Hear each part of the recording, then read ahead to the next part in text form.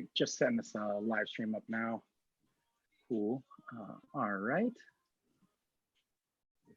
Yeah, I think honestly one of the more interesting things too is to see how, although we're not necessarily going out and meeting new people, still being able to meet them in the sense that we're still exposed to new people online, and having these cool opportunities to bring people in and talk. Like, you know, everyone loves to put their Instagram that represents them, but hearing and being able to ask questions, you know, to mentors and leaders like you, like hearing that feedback is something that, like, even as we shift to virtual, is going to be increasingly important, right? But I'm sure we're probably also going to appreciate that a heck of a lot more when we can go back outside. Yeah.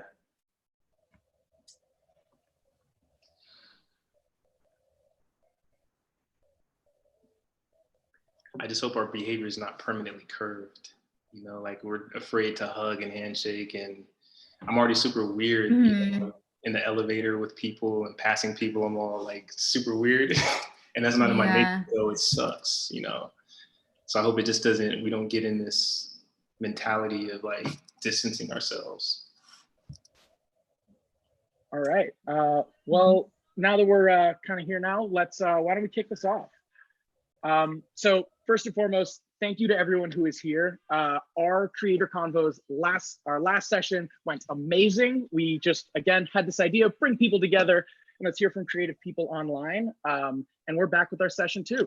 So we have a handful of super successful, creative, impactful people here that we are hoping to pick their brains and hear from them. So just to start us off, why don't you guys just give a quick background of who you are, what you guys do, and how you guys kind of got here. Sure, I'll go first. So my name is Sandy, and I go by the Sandy Lion, and I'm a stylist and creative consultant, and I'm also an elementary school teacher. Sorry. Whoops. I'm also an elementary school teacher, and I dress people. I work with people to develop their personal style, to create an image, and then I also teach kids. That's me. Right. I'm Melanie Chandra. Hi, everybody. Thank you for having me.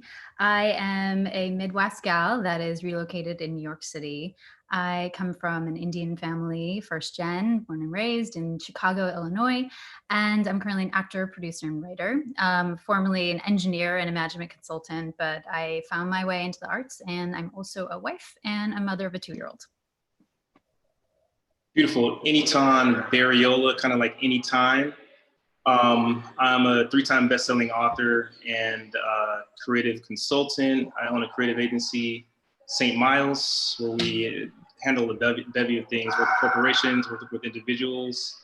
We have a writer's house where we work with authors, put out books, owner of the Bereola group, as well as Exhibit Gray.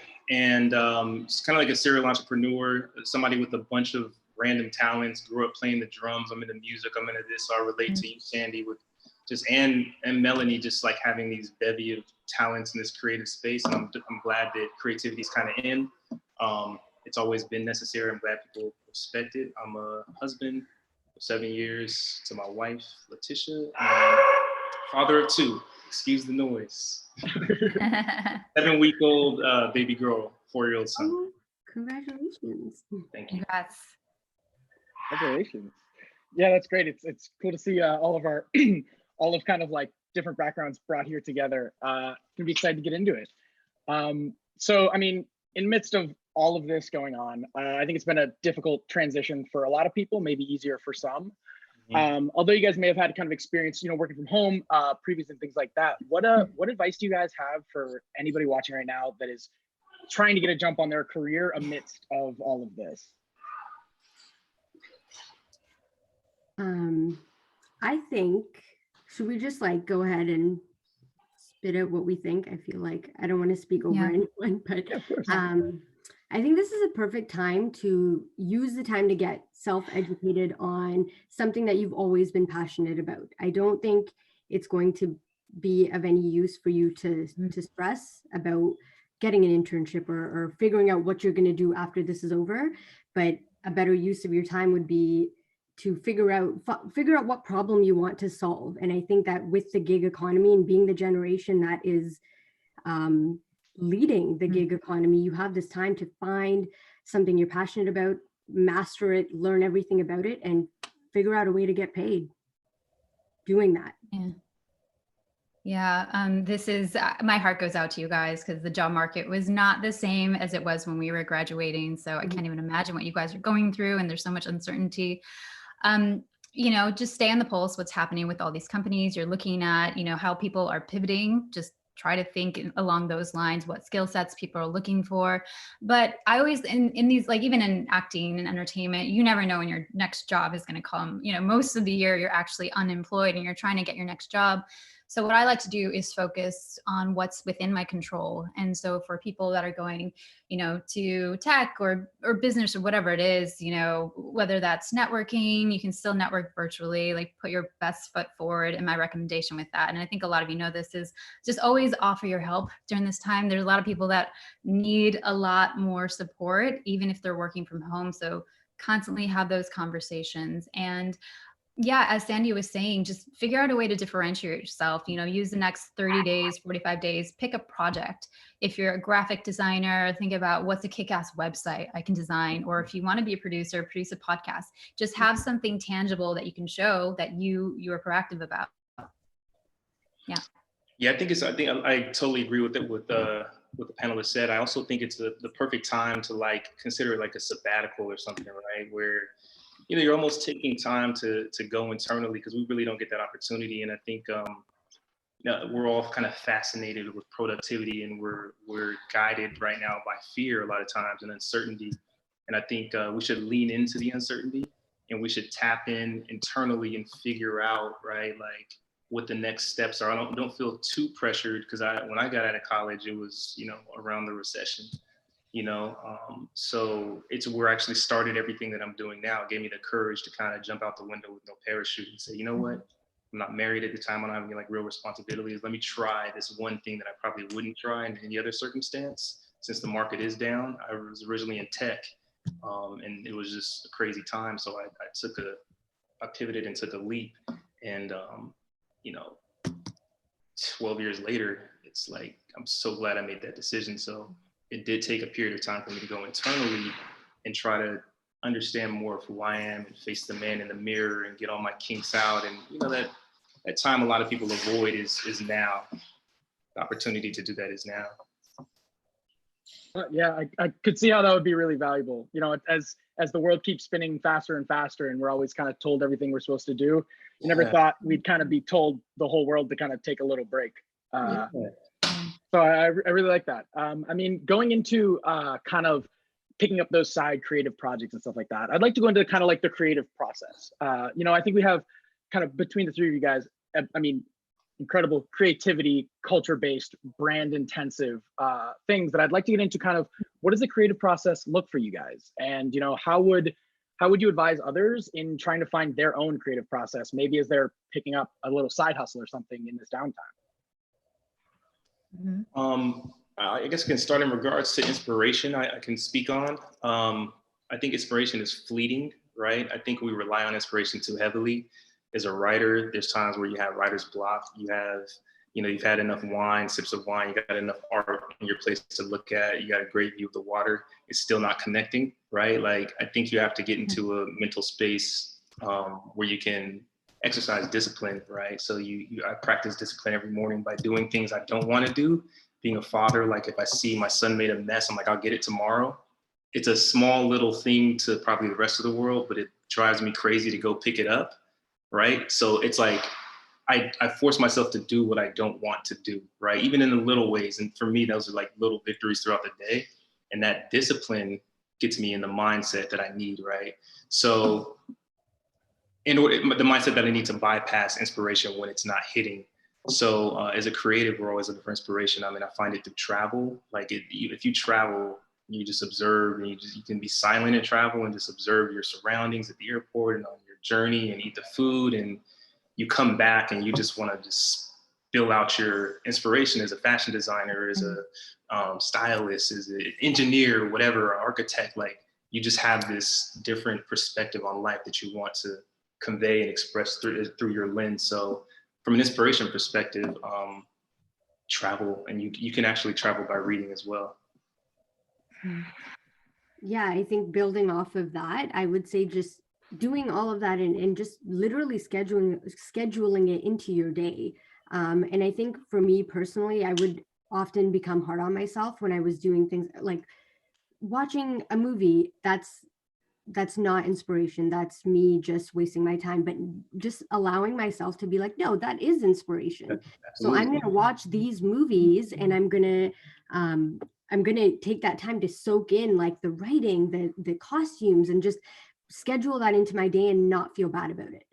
And I would say putting that into your schedule every day, like thinking, what can I do tomorrow to get my creative juices flowing? What is something that I've been putting off watching? What is something I've been putting off reading or drawing a picture, or just scheduling it into your day so that it's like a task and you're doing it without feeling bad about it. Mm-hmm.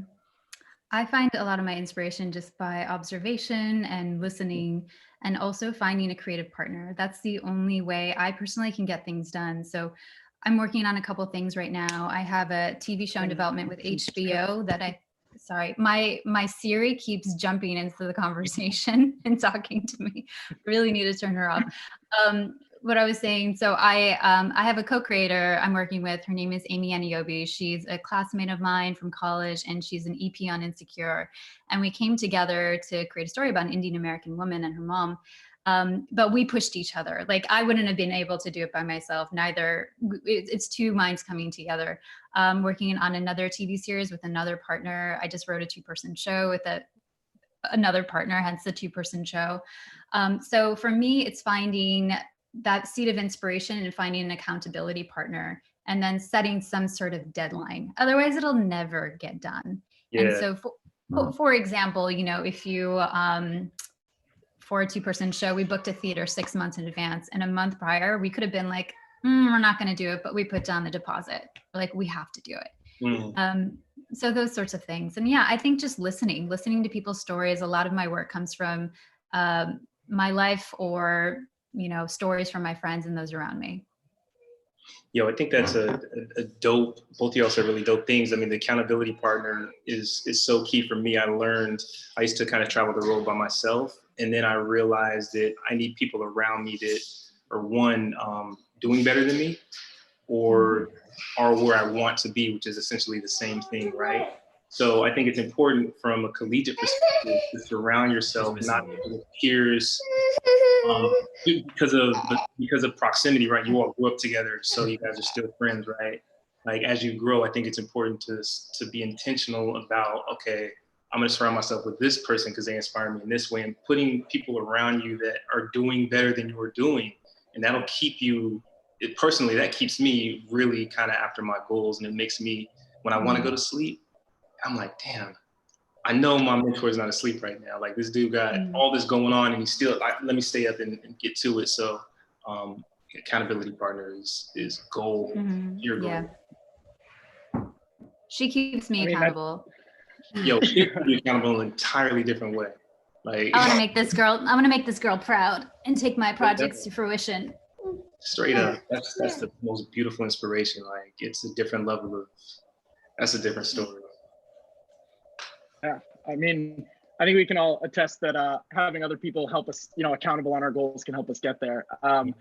It's kind of cool when we're us coming out of college, having our peer groups through school and things like that. But now that as we're moving, not just, online currently, but graduating, doing other things, to keep in mind like that continuous networking, and not just in person, because as you can see, we're all in 4 different places right now. Building up even that like online connections and things like that, reaching out to people and organizations like YED and other people that bring people together. We're just looking to bring more people like ourselves. And I think I want to add really quickly that now's the best time for that, because I mean, you got all of us together like that, right? And I think it's due to the current climate, right? Like there's people that are not necessarily reachable any other time that are glued to their phones looking for something to do because they need to stay relevant, or they need to, so reach out, like take a crazy risk and DM that person and, set up something like, you all took the time to set this up and make it digital. like set up an idea that you have and create value for somebody that may be kind of on your like bucket list of people, and, you know, show them your offering, you know, and see if they want to become a part, and let them know like how much you value them and what the value you can add to them, so that you can create maybe another accountability partner in that. Yeah, I really like that. I think I'd actually like to go a little into that as well. I mean, you know, as they kind of say, oh, you know, shoot or shoot, you know, you're not gonna, if you don't email, you won't get a response either way. Right. But now as we're kind of looking for internships, things like that, you know, what advice would you have to reaching out to people in getting that side project, in working for them and saying, like you said, I can provide a lot of value for you, in trying to build out some kind of relationship? Is that something that people have reached out to you guys to do, or that you guys have experienced kind of when you guys were climbing up your ladder? Sorry, 1 second. Neeraj, do you mind grabbing her? Sorry. I can definitely say that throughout my journey. Sorry, guys. Okay. Come here. Come here. It has some important stuff to say. I love you. Sorry, guys. Yo, I get it. It's all good. I just think, like, for me personally, I had a lot of people on my journey that I kind of grew with as a stylist, and, you know, they were like in the YouTube space or in the music space or writing spaces, and I kind of just grew with them, and they were, like you guys spoke about, accountability partners, having them throughout my journey and learning from them, asking questions and being very consistent with the work that you produce. I think that is always going to be more valuable than you trying to get the attention of somebody or something. That's what I found in my experience doing that, but also not relying on that, and making sure that you are consistently putting in work to sharpen your sword or like your pencil, and like really just taking that time to put out valuable content in whatever space you're working, and just putting it out every single day. That is what is going to eventually get into the eye of the people you want. Yeah. Also, if you do stumble upon that, or if that email does go through one day, you can be like, and this is all the work that I've been doing. Like, you know, you're ready to go. So I think that that's important, to make sure that you have, you're putting an effort in both of those spaces. So you're putting time towards sending emails, making calls, going to networking events, and doing all of that however you can during this current pandemic as well, but also using the time to work on your craft and put it out. Good things happen when you put your work out. Yeah, I was gonna say that, you absolutely have to have proof of concept, right? Like, you can't come to the table with nothing. You have to, and consistency is a great point, Sandy. When I was writing my first book, I would put out these pieces of content on Facebook and Twitter. Instagram wasn't around at the time. And they were just ladies and gentlemen's tips, right? Practical tips that you could utilize in your relationship. They were like tongue in cheek, witty, funny, and straight to the punch. I would do them twice a day, like for 3 years straight, right? And it was consistency. And, you know, whether you start off, like, don't think about likes and all that. You have 2 likes, 3 likes. Eventually it became a thing that would like go viral all the time. But it took like a level of consistency and starting from nothing and being willing to push through, even when you're tired, even when it doesn't look like anything's happening, right? So, like, if you believe in your thing, right, which you should, because that thing resonates, it never leaves you. If you don't do it, you're gonna die with it. It's gonna be the most painful death, right? Like, you gotta get that thing out, because it's not just for you. Your gift is barely for you, right? We get fed when we serve it to others. That's how we get fulfilled, when we get our gifts out and others benefit from it, right? So I think it's important to be accountable to yourself and in that consistency, and saying, like, I'm gonna get this thing done no matter what. And like, that consistency led me, and it broke through doors, right? Doors that I wouldn't have been able to open otherwise. It then, you know, started to gain traction, and people that I wouldn't be able to reach started to see it. And I was able to, you know, get different like press that I like naturally got without a publicist. I was able to get the attention of folks that I wanted to connect with, different celebrity relationships. And I hate that word, but relationships that I wanted to foster later on. They saw me because I made myself visible. I put my work out there consistently. It was good work and it was consistent. 3 years straight, the inevitability of consistency is you're going to get to your goal if you keep going, whether you walk, whether you take a plane, or whether you run. It doesn't matter the pace at your own race. There is no competition. The only competition is the face in the mirror. So is you against self. And when you realize that, you'll put your head down and you'll grind and you'll get consistent. You'll be serious about your work. I got to take notes. This is all really good. I like this. You're already home already. You're good. You're good.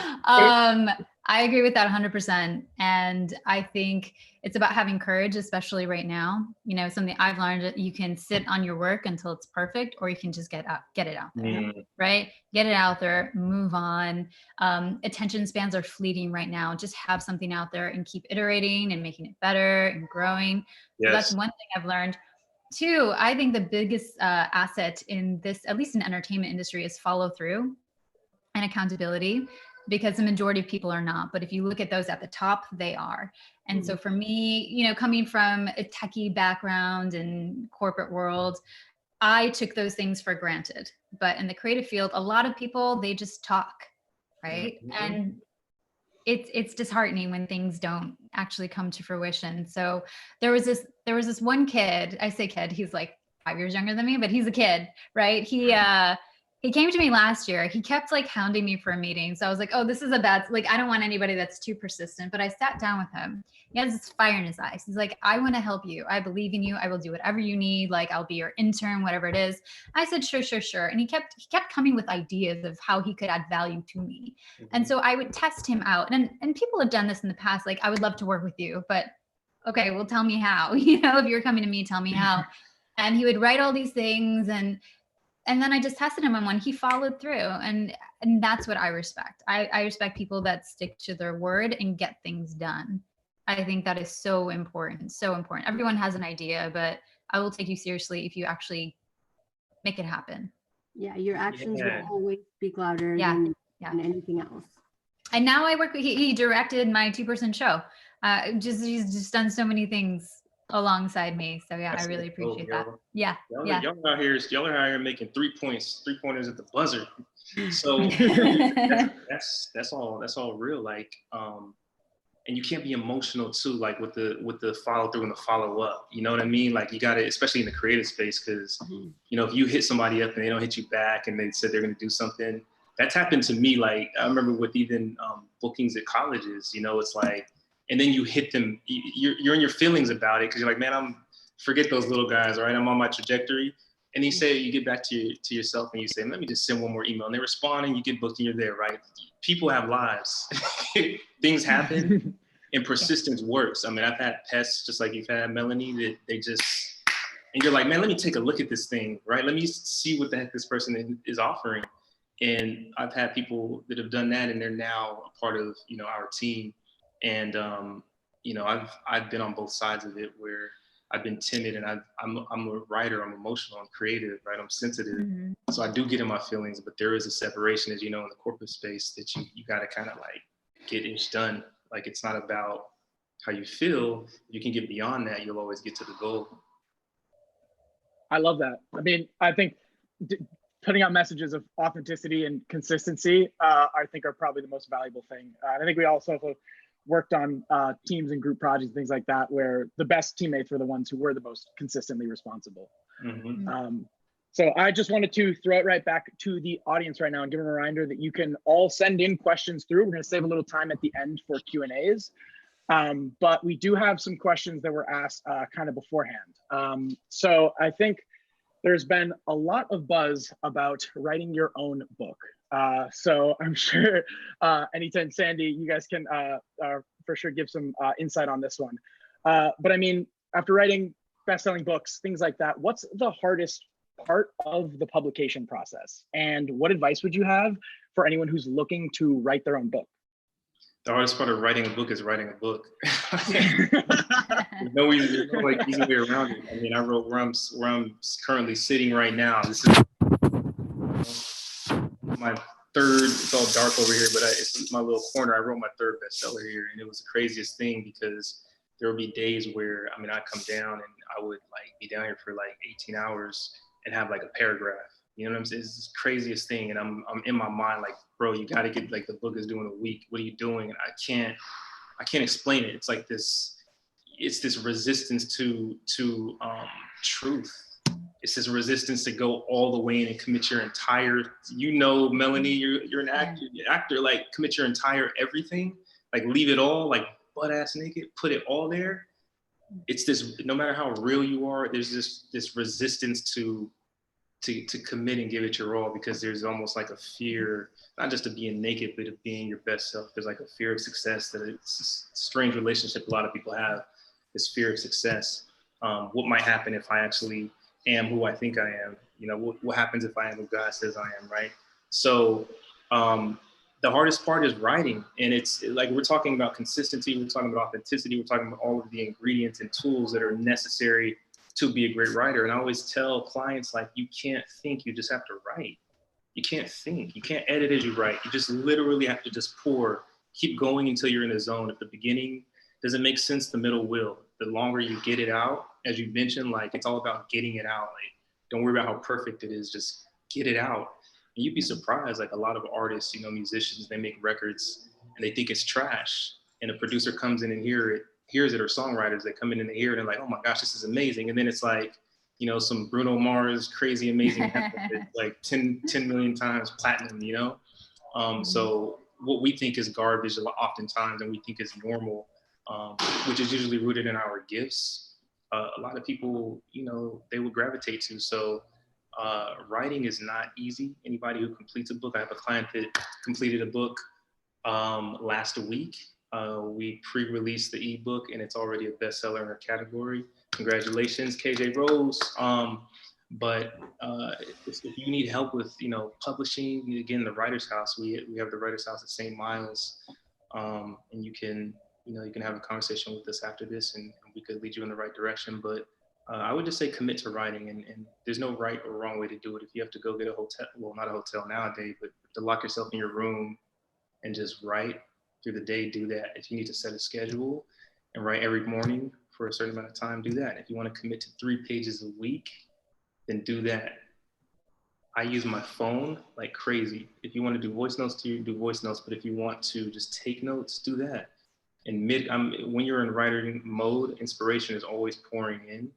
So I may be like mid-conversation, just like have my phone out and I'm writing this gem that you just dropped that you don't even realize you dropped, and I'm going to use in my book, So just always kind of be available to receive the constant downpour and download of life that's going to be presented to you. Because I think when you tell yourself and commit to God, and that you are going to do something, like, the universe is going to challenge you and try you on that. So when you say you're going to do it and you commit to it, be ready to receive, because there's going to be a lot coming your way. You just got to be available to see it.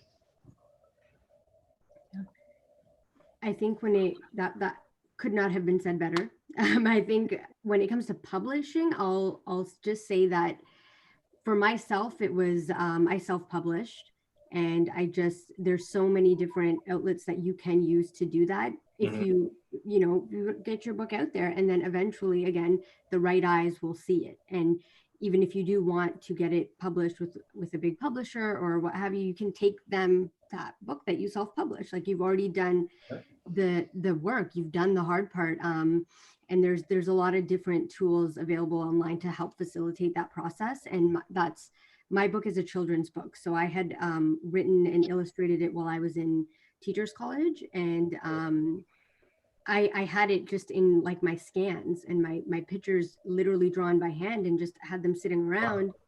And later realized that there's ways that I can scan those and jazz it up a little bit, and was able to have it so that people can order it off as Amazon.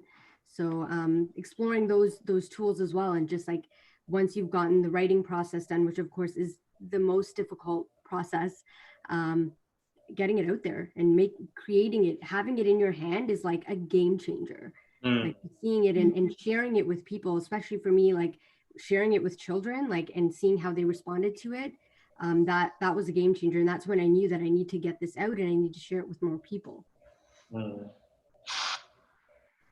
How much do you think of the writing process and publishing process comes beforehand or after? As in like before publishing and after, like promotion, kind of on both sides.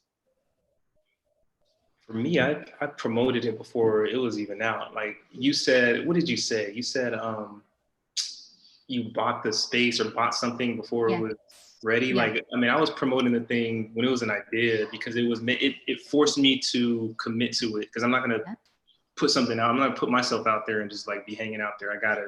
It was intentional in order for me to follow through, right? In order for me to be accountable for myself. So my first book, I put the idea out there in 2006. I didn't even know anything about anything. I just put the idea out there and I saw it on MySpace. And I saw that it was kind of like people were kind of buying into the idea. And I was already like, what do they call them, influencers? Or like, I was already like branding and marketing online way before it was like a thing, you know, like back in the college club days and AOL, like chat rooms and all that stuff, like in the like early 2000s. So it was like a natural thing for me to take that to MySpace and put the information out there. And I saw the response it was getting. I was like, oh, this might be an actual thing, right? If I could take it to market and figure it out. So it wasn't until 6, 7, 8, 3 years later that I actually like published the book. But all that time I utilized to like gain insights, you know, and doing these ladies and gentlemen's tips and seeing what resonates online and measuring the metrics and saying, oh, people love hearing this. You know, I'll post the same thing maybe once every 6 months and seeing like how it kind of resonates with the audience. And I was taking that data and allowing it to help me write the book with the content that I know that was working. So I think as you're writing, you should also be thinking about your marketing. We handle, you know, marketing at St. Miles as well. When I started myself, I was handling all of my marketing. And, you know, we come up with creative concepts on the fly. Like I was at a hotel one time and they had a bookshelf and I just did a book signing in New York somewhere.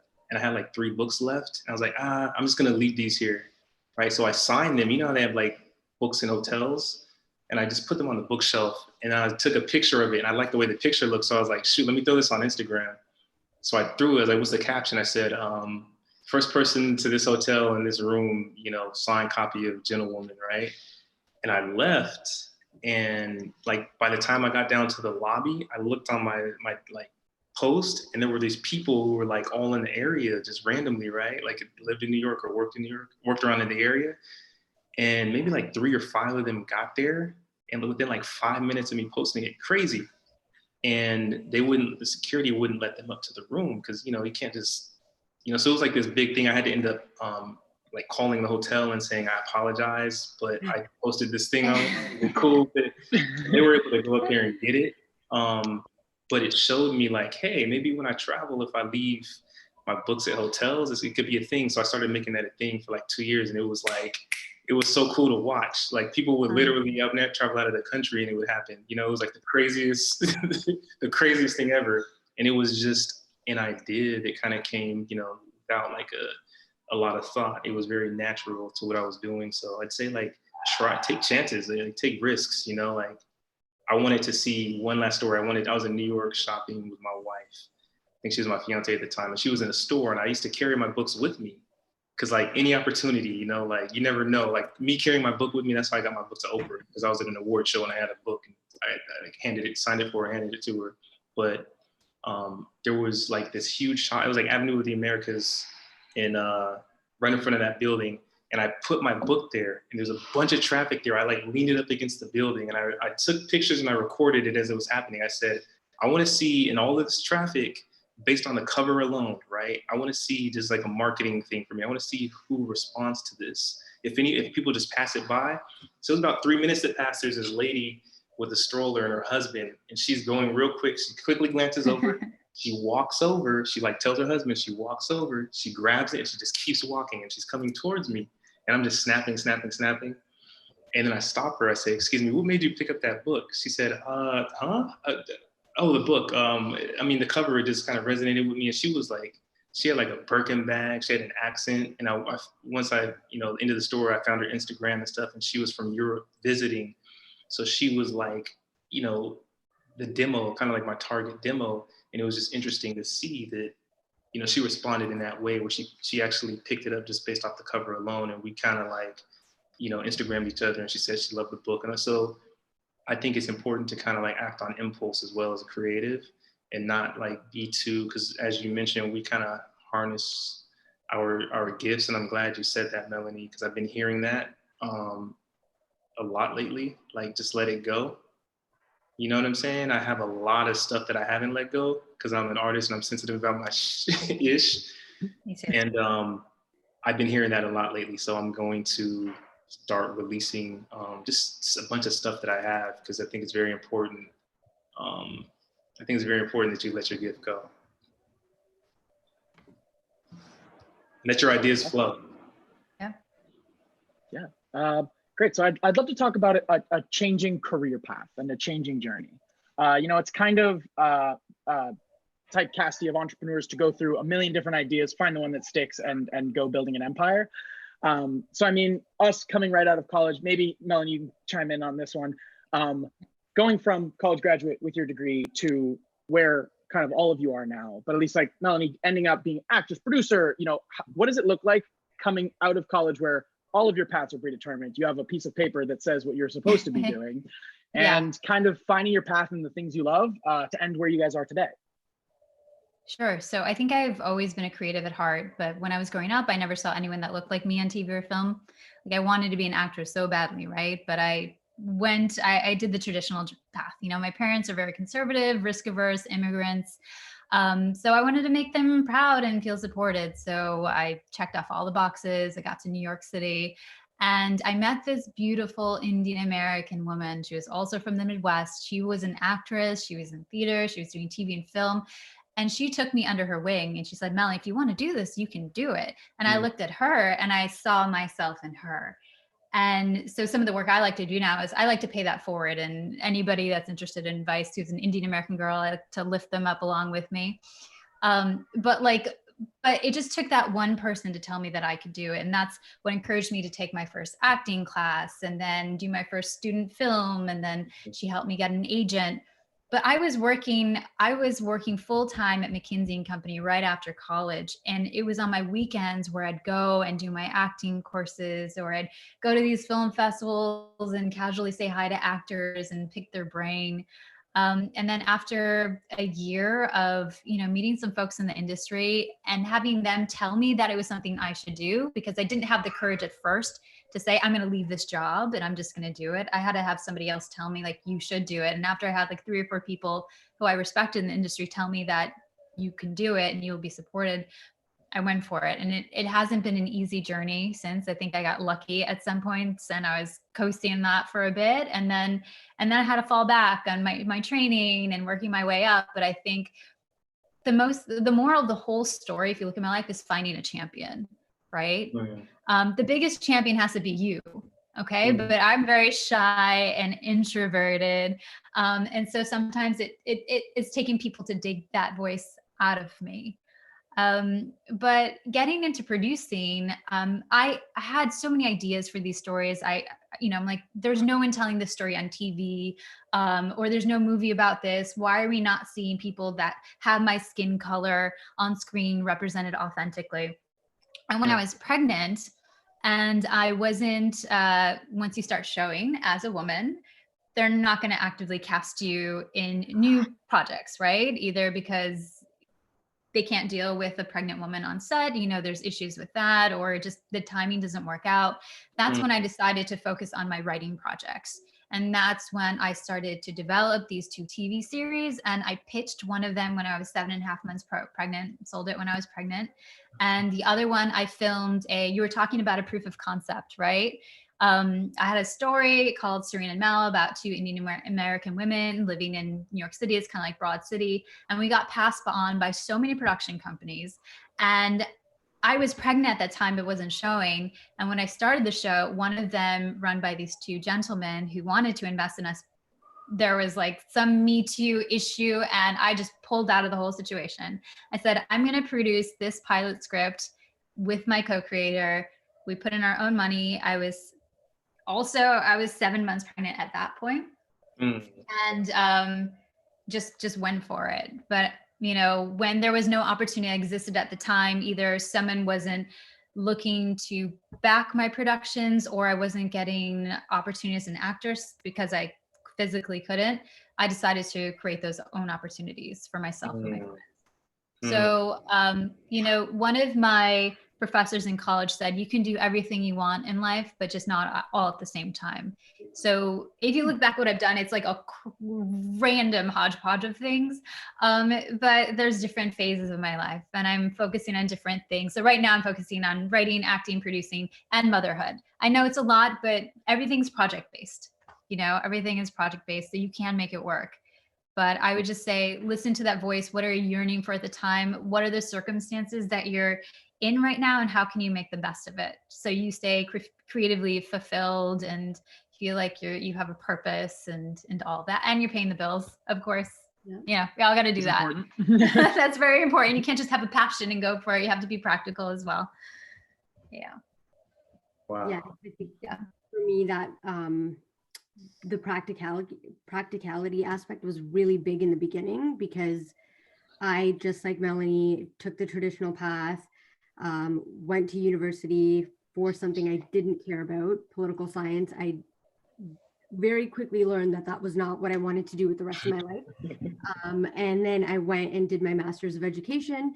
And during that time, I made time to be creative. And I always knew that I wanted to do something in fashion, because growing up, it was always my art. It was always what I did, like going to school, making do with whatever outfits I could find, seeing my sister, seeing my dad, just being creative with what they had was always something that I did. And it was a part of me. But once I had my job as a teacher, which provided a lot of security at the time, like I had the job, I, you know, had time to practice my art and put time into that. I was able to be on a schedule where I was getting paid, but also had time to invest in my art. So I think that helped me a lot. Like, and also being in profession that I did love as well. Like I do genuinely love teaching, and I do want to be a part of that for the rest of my life, but it may not be what I want to do right now.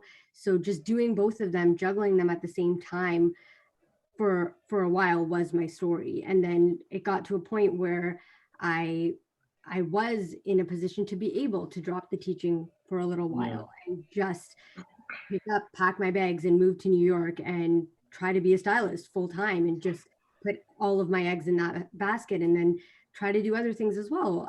So I think it's okay to sometimes do something that's going to just pay the bills and allow for you to have a comfortable environment to just explore your art, because sometimes in the creative field, like you're not always encouraged to do that from the get-go.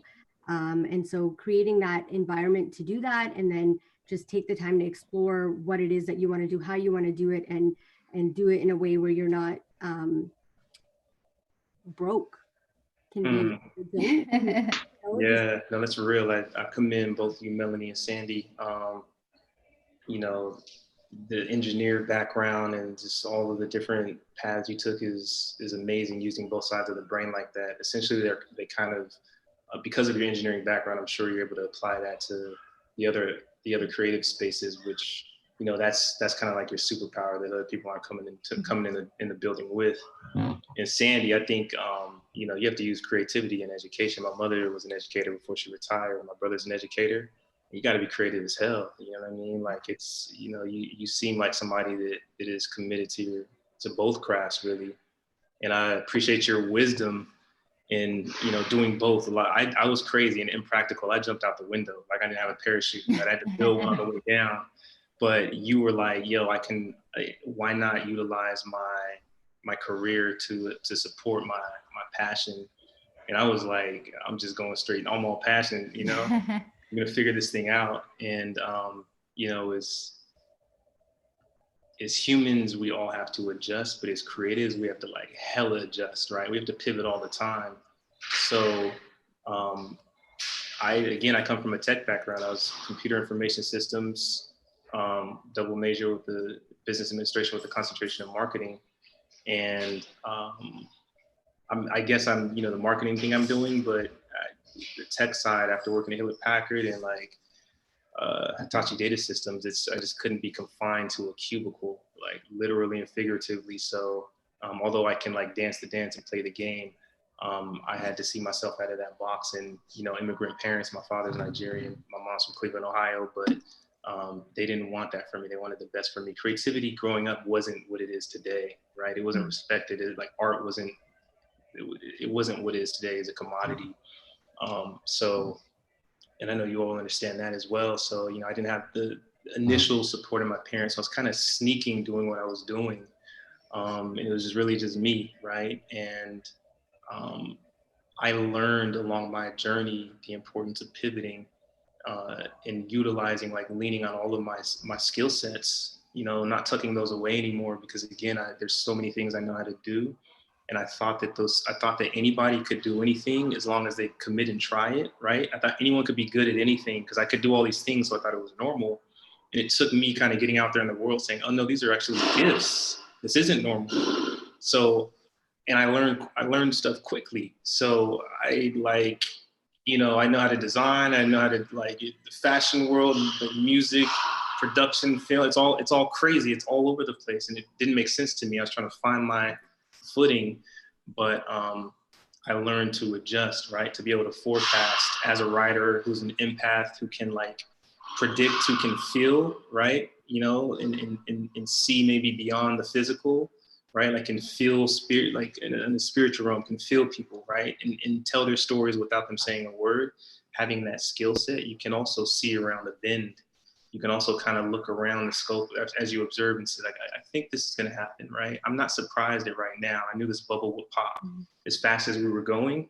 I used to always say, and I would just look around and be like, yo, this is not going to last. I don't know what's going to happen, but something's going to happen. I've been prepared for this moment. I was being prepared for this season.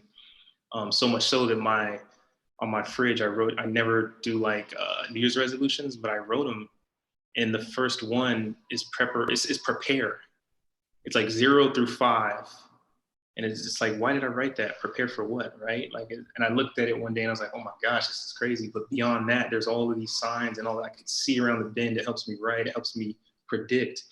And when you see around the bend and you see the trend in fashion, Sandy, I know you see trend shifting or cyclic things. That's when you adjust before GQ says it's cool. That's when you adjust, right? I remember wearing a blazer and jeans with some Timberlands in college, and my roommate was laughing at me like, dude, what the heck are you doing? And then Usher came out with the Yeah video maybe a year later. Everybody was wearing the jeans, the kind of old school comedian look, it looked crazy, right? But I thought it was cool. So I was trying, always kind of ahead of the bend. So I think adjusting is super important. And I think now as a community globally, we're realizing the importance of adjustment because we all had to adjust. Yeah. And I quickly adjusted to what's going on now. And in that preparation season, there's a lot happening, personally and career-wise for me, that it's kind of, I guess it's the opposite of kind of what a lot of people are experiencing, where, we're seeing an influx in clients and businesses going well. And it's I used to kind of keep that to myself because I feel guilty about it. But I think it's two things. I think it's provision, grace, and I also think it's preparation and adjusting that allowed me, because if I stuck to just writing, I'd be in trouble right now. Maybe I would probably get creative and figure some stuff out, but I'd kind of in the immediate be in trouble. But I pivoted in all kinds of ways at different points in time to where my offering is everywhere. I can kind of pick and pull from different gifts and skill sets. Yeah, that seems ever more important as we kind of move into uncharted territories in our career, being able to have a different, what's in your toolbox, what do you bring to the table? Mm-hmm. So kind of as we're kind of nearing the end here, I wanted to give the opportunity for any attendees that wanted to ask a question. You can go ahead and hit raise hand, and I can see that from here, and I'd be able to call on you. Okay. Hi, can you guys hear me? What up, Paige? Hi guys. So, Sandy, I know you touched on this a little bit. Sorry if it's a little loud. It's my brother. But how you talked about creating an environment for yourself when you can explore and create more. How do you recommend like a college student do that while still like working and taking classes and like being stuck at home, like not being able to control your environment? I think you have to really rely on your schedule. You have to make a schedule. I think for me as well, growing up, I had school, 2 jobs, and then my passion. And so setting a schedule for myself really helped that. And if you're around other people, your space, you can really take the time, especially now, to recreate your space, your environment, turn it into something that is set up for success. So for example, for me, I haven't been living with my parents for the past year, and coming back during quarantine and living with them has been such an adjustment where I'm not necessarily doing the things that I would be doing living alone, but I had to immediately take what was in my control, which was my bedroom, and turned it upside down to move things around so that when I wake up in the morning, I'm motivated just like I am in Brooklyn, and I'm motivated to go into my little writing area in my room and write, and go into my little recording area and just set up an environment that that I could control, and made a schedule. Staying on routine, especially during a time like this, is I think one of the things that's going to keep your mental health, your physical health, everything in check. And creating that time to be like, okay, this is just my time to sit with myself and my thoughts. This is my time to work on my craft. This is my time to work out. So putting that stuff on paper and even drawing a little box beside it so you can check it off, that will do wonders. Awesome. Thank you so much. Thank you for the question. Does anybody want to add to that? What, I'm sure you guys are doing different things as well that are valuable. Sure. What helps me get motivated is I think about things in 3 month chunks sometimes, and how do I want to feel at the end of it? And so I've been thinking about this quarantine. How do I want to feel at the end of it? Like, what do I want? And one of my words is a sense of achievement, accomplishment, right? I want to know that I created one thing and got it out to the world. Mm-hmm. And so at night, instead of watching like the 6th episode of Schitt's Creek, like season 4, I'm like, I do want to wake up 30 minutes earlier the next day to make sure I'm working towards that feeling. Because it's one thing for me to like look on a piece of paper. I love checking things off, but just like, I want to have, 10,000 hours doing this. I can't look at a number. I just need to know this feeling. I'm very much like in my body when it comes to that sort of thing. So that helps setting goals based on how you want to feel. And just knowing what your flow is. For me, it's first thing in the morning or it's really late at night. It doesn't work well if you're trying to get 8 hours of sleep. But for me with a 2-year-old, it's like I have to just carve out those 30 minutes before. I can accomplish so much in those 30 minutes than I can like the entire afternoon. So it's all about knowing when your flow is and making sure you can carve out that time for yourself. Yo, Melanie hit it on the head. It's that flow. I mean, I'm a husband, so there's that time. I'm a new father to a daughter, 7 weeks old, and then a father, sort of new to a son who's 4 years old. And then we're quarantined, and then all this stuff is happening, right? So I should have every excuse to do nothing, but I'm being super productive, but it's in spurts. It's like you said, you got to give up that 8 hours of sleep, right? Now, don't do that every night. Don't make it an unhealthy thing. But if you can afford to give up 2 hours when everyone's asleep, and I'm most creative when like the world is shut down, right? And everyone's asleep and it's dark out. So I'll be tapped in when everyone's asleep. So I pace myself throughout the day, knowing that I need that extra time. So I'll eat, I'll exercise, I'll like, eat the right way that I should be eating. And I think my inspiration and what keeps me on track is knowing that nothing is coincidence. Nothing just happens by happenstance. And we're not all here during this period just because we just so happen to be here during this period, during this pandemic, during this historic time. Like, we're here and everyone on this call is on this call because we have something very specific. We have an offering that's extremely potent and specific to this time, to this moment. You know, I spoke earlier about like our gifts and how they're not just for us, they're for others. And I think now is the time to really double down. Again, we didn't really have a concept of time before because we just utilized it, but now as we slow down and the clothes in our closet are collecting dust and the car in your garage isn't being driven and all the things that you value, like glamour is being deconstructed and, you know, we're repositioning value and redefining value, and we're realizing the value of time. And in that realization, I think you need to utilize it in a way so you can spend it, but you can't like buy it, right? But we have so much of it now, and it's the one thing that we always desired. So instead of being so frustrated and overwhelmed by the amount of time that we have, let's condense it. Let's put it in its place and let's occupy it with our gifts. And as soon as we get those gifts out, let's release it into the world because we are here at the specific moment on purpose. Oh, that was great. I hope that answered your question, Paige. I think we have time for one or two other questions. There are some hands raised. So I'll pass it off. So my question is, I would love to know how, as creators, you kind of get off the analysis paralysis stage or being burnt out. Because as a student myself and a student athlete, there are times when you want to do everything and you kind of have to plan, but sometimes you get worried that you're not doing enough, and then you start doing everything and you get guilty when you want to take time off. So how do you find that healthy balance, especially because you've been successful in your careers and you, like you said, you established a routine and you found your flow. So can you kind of walk us through like some of your tips or steps to do that?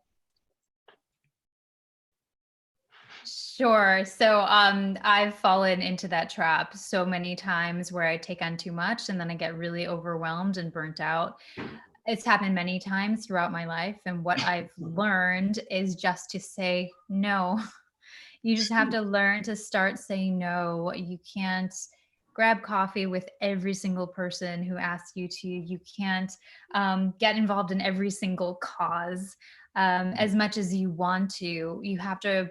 It's all about identifying your priorities. That is the best thing I would recommend with time management. Mm-hmm. What is your priorities? And know that if you say no to something now, it doesn't mean you can't do it later on, and you're not missing out, right? Time moves so quickly. There are so many opportunities out there. So being able to say no without feeling guilty about it, and putting, your family, your school, your sports, whatever your top 3 things are for that time period, just really focus on that and don't feel bad about anything else. And if you have to communicate to your friends, like, hey, when those times when we could go out and do everything, like, hey, I'm really focusing on, I want to get a good grade in this class right now, or I'm really focusing on this upcoming meet. Like, I'm sorry, I won't be able to attend this or this. So just respect that. And I think it's just communicating that to the people you love. And it's just all about prioritizing and saying no. Yeah, I think that's also been something super useful for me. And one kind of trick that I use to be able to identify my priorities is like trying to pick 3 things. Like, okay, my priorities are to make money, to learn, and to have fun, like in a like very overarching way. So anytime opportunities come my way, I kind of weigh them based on those 3 things. Like, is this thing that is coming into my bubble, is it going to bring me money? Am I going to have fun doing it? And is it going to bring me happiness? It has to hit 2 of the 3 things. So that kind of, through my creative journey, that really helped me say yes and say no, and just be able to understand and do things without overthinking them. And also just recognizing that this whole thing is a pattern. You're going to be really, really good one day, and then you're going to have a really bad day, and you're going to be super not creative, and you're going to be in your feelings, and then you're going to build back up, and then it's going to go back down. And that's a process. And learn to create space for that and Mhm. allow that and just go through those feelings. Yo, Melanie and Sandy out here giving that free jewelry. The one thing I'll add to that, and what I've learned throughout my life, is you don't need to do everything to get ahead. Often it just, all you have to do is do one thing really, really well. And that's what people remember. And if you stick to it long enough, like, Yeah. Man, I gave up some freaking 6-figure contract saying no to stuff because it didn't serve me or I didn't serve it. Like I'm thinking, looking back, but integrity I think is super important. In saying no and in managing your priorities as well, morals. But I'll say that productivity sometimes is taking that nap. Like don't sleep, actually do sleep, right? Like productivity sometimes is literally just going to sleep. Like, you know what? As you mentioned, like making space for those bad days and those good days. Sometimes just go ahead and let me get this sleep. This day's not working for me. I've done that twice during this whole pandemic thing, and having kids, you kind of have to do that as well. And being married, like you commit priorities. My wife, so I'm actually going to close my laptop even though this thing's due tomorrow. I got to exercise my priorities. So I think that allows you to flush out the kind of, I guess, blockage that you can find yourself in and create a clear space in your head. So, don't be afraid to like, whatever. I think productivity is whatever gets you to the goal. So if that's sleeping, if that's not doing the work, if that's like watching TV, if that's eating hella popcorn and just doing nothing, like that's being productive as long as it's getting you to the goal, right? There you go. Don't do that all the time though. And I think now everyone has the time and no excuse to kind of organize themselves. I think we have time for one more question and then we'll wrap it up. So thank you very much.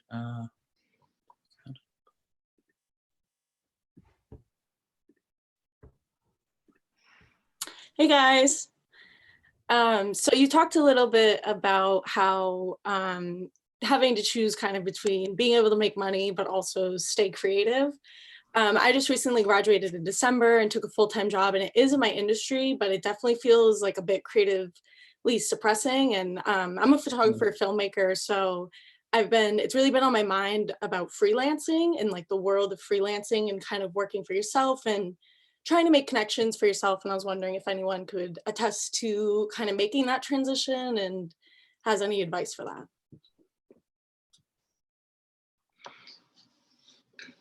I would say your job right now that's maybe not serving all of the things that you want it to. I think that's okay. And just like with me, like I taught for so long because it was serving a certain purpose, and later I had to let go of it. I think it's okay to be in that stage where you're kind of setting it up. You're setting up the foundation to be able to do this and let it be the only thing that pays your bills. And working and then finding people to grow with on this entrepreneurial journey that you're on as a filmmaker, like find people to grow in that space with. I think that helped me a lot, being able to do both things at the same time, but also have a group of people that I could kind of pick their brain and work with them, do the creative stuff with them, and build that job, that thing, that aspect of my life while I'm still working, if that makes sense. I completely agree with that. When I left after college, I joined a management consulting firm, and I wasn't creatively fulfilled either. And then I met this girl who encouraged me I should pursue my passion as an actor. But I kind of knew, I mentally checked out maybe 3 months before I gave my notice that I was going to quit my job so I could actually save up money, because I knew I was just going to put all my eggs in that basket. I was going to give my notice and I was just going to start becoming an actor. Whatever that means in your mind, that's what I was doing. I was knocking on doors. I was going to casting calls. I was investing in my headshots, but I had some money saved up. So I was in this job for a year before I actually took the leap. And then you said you're getting into freelancing, filmmaker. The number one thing you can do right now, I think, is just build your portfolio, build your marketing materials. That is the first thing people look at. They'll look at, okay, let me look at her website. I know that sounds like you're probably already doing that, but I'll just reiterate that. That's the first thing someone's going to check out. So use this time. If you're making some money, save up and invest in that sort of thing. And again, grow with people. I mean, some of my colleagues right now that are executives at networks, I met in like, an acting class, or I met at some networking event 10 years ago, and they were an assistant to an assistant, right? So you never know who is going to become someone that can help you in your career. And then I'll just leave you with just be kind to everybody, be respectful. People remember things. Melanie's a class act, and she's giving you literally free jewelry, like $3.99. I mean, she's telling the truth, yo. Like, please be kind. Like, guarantee you're gonna see the people that are currently on the plane you're on. So like, don't try to network vertically like a lot of people do. Network across, as Sandy was saying. Like, look at your peers who may not be here, but they will be. Right? You can kind of scope the landscape, and you'll know who's going to kind of be at a certain place through their consistency and through the work they're doing now. I've networked across forever, and we've grown together over the years. And like, if you need something in this area or that area, the people are there. And also, if you do decide, you got the advice on, staying at the job that you may not be creatively fulfilled by, to support your endeavors. But if you do jump out the window like a crazy person like I was, then do that with creativity as well, right? Like, there's also creativity in business. Like, I look at business as an art form and not just like this mundane thing, right? And there's like this guy that is in the current time, he's approaching a lot of these alcohol companies, his liquor stores, and he's a photographer, and his freelancing and his jobs were getting obviously dried up. And he was thinking like, okay, these liquor stores are making a lot of money. A lot of people are going out and buying alcohol right now. I'm not condoning that, college students, but that's the case. And a lot of these liquor stores, they don't have like inventory online. They don't have like proper websites. Some of them don't even have websites. So let me go ahead and like take photos of all of your stock and your inventory, and also create a website. And he's made like some crazy amount of money, some insane amount of money at the time. And he's still kind of building his portfolio in the process, and being able to support himself, and kind of learning a new craft in the ways and at the same time. So be creative in your pursuit of business as well. Awesome. Well, Sam, I hope that answered your question there. Yes, thank you so much. That was great. All right. So I think we are just about wrapping up here. So kind of as we wrap up, where is something that more people can hear about you? What are you guys working on? If you want any more eyeballs on what you're doing, feel free to plug any and all handles, websites, anything like that. Because there was quite a few questions we didn't necessarily get to. So people would still love to, be interactive after the session as well. Sure. I'm most active on Instagram. I don't know if I'm old or whatever it is, but I can't keep up on Facebook, and I can't keep on Instagram. I think I'm going to hit up TikTok in a couple of weeks. But right now, if you want to hear what I'm up to, mostly Instagram. And I'm going to be launching a digital series in a couple of weeks. That's my project for the quarantine. I'm going to launch it. So you guys are holding me accountable. There we go. So I have a digital project I'm gonna launch, and like some other, hopefully some good news I can share about some other things. So yeah, Instagram, Melanie Chandra. I'm also mostly on Instagram. I have Facebook, Twitter, everything else, which is just the Sandy Lion, but I'm most active on Instagram, and I'm using this quarantine to stack up on just creative content and like, stacking up my portfolio, doing things at home, because that's not something I get time to do on the regular. So whether it's creating value-based videos or just anything that I'm able to help the people at home. Like, I'm doing closet overhauls, I'm still doing all my styling work, and just trying to reinvent it from home so that I can, once all this is done, I can hit the ground running and just keep at it. I'm on IG as well, all the social media platforms at Bereola-esque, but you can just type in Bereola right there, and everything will pull up. But man, it's been cool, like seeing the different opportunities that have come my way during this time period. I'm certainly doing my due diligence and studying and reading about screenwriting, and just taking a dive or taking an interest into that side of the field of writing, and just exercising a lot of the gifts. I mean, we have a lot of clients, like I said, so I went from kind of like talent to entrepreneur. I'm kind of like juggling the two. And, again, we have a creative marketing agency that has an emphasis on empathy. So you can check it out at St. Miles Co. on IG as well.